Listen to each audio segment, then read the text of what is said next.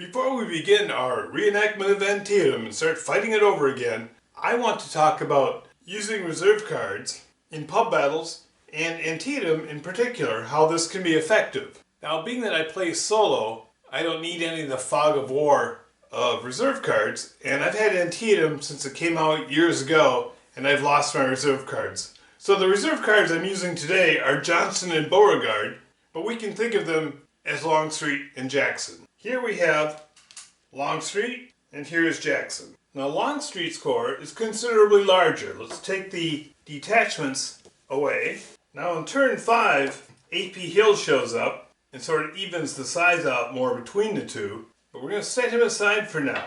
How can you use this to shield your starting setup from your opponent? Well, first off, you could add 2 detachments to Jackson's command. Now they look similar. And as your opponent looks across at your army, he won't be able to tell which one's Jackson, which one's Longstreet. You have these 2 extra detachments. You could place them on the reserve card, like that. But detachments aren't the reserves that you really think about when you think about using reserves. Let me turn these cards around. Here's Jackson, here's Longstreet. Those are their chits. Here's some things you can do. You could put all the detachments with Jackson. Now, it looks like this is Longstreet's corps and this is Jackson's corps. The other thing you can do is you can have all these detachments in Longstreet's corps. He can put 2 blocks in reserve. Now when they attack, if they run out, if this line starts cracking, he can commit reserves where he needs them. In fact, all hiding aside, you could put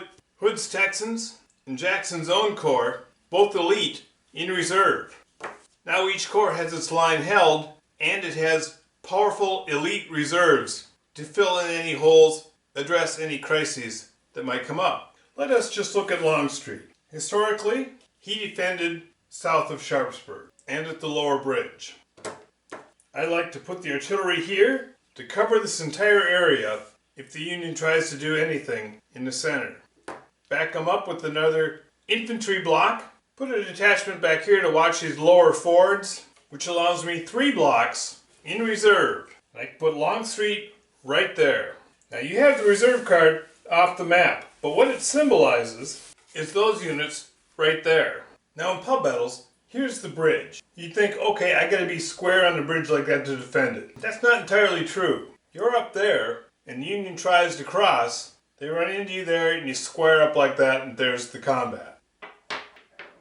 So right there, they're holding the bridge. And what you can do with the reserve card is make this look weakly held. Maybe now you're trying to tease them into trying something here, because you set up first, then they set up. They're looking at this and they're seeing all of Jackson's command up here, and you're going, hey, this short route here to cut off the southern supply, a route of retreat, is the way to go.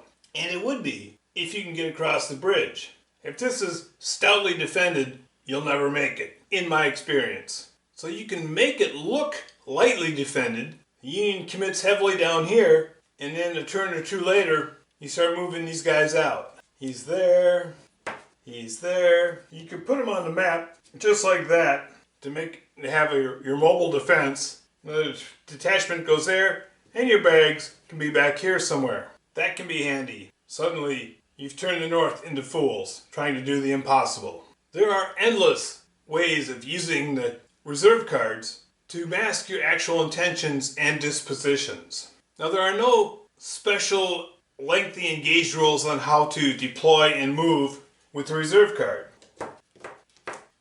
All the rules say is that if you've got units in reserve, you can't use that as a way to get them to move extra that they couldn't have moved. Whenever you're moving Longstreet, if he's got a reserve card attached with units on it, he moves as an infantry block because they all have to follow him wherever he goes. No detailed special rules, just that simple censure. You can't move them in a way that they couldn't move if they were actually on the map.